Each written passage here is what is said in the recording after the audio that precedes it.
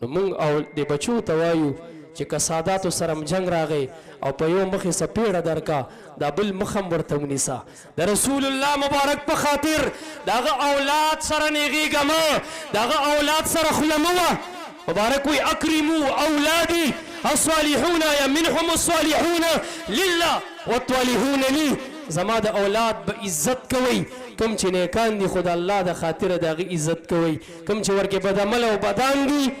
نو هغې سره ته حساب مه کوه د رسول الله مبارک اولاد دی مبارک وی زما ښه رعایات کا زما د مخه زما د بد اولادم عزت کوه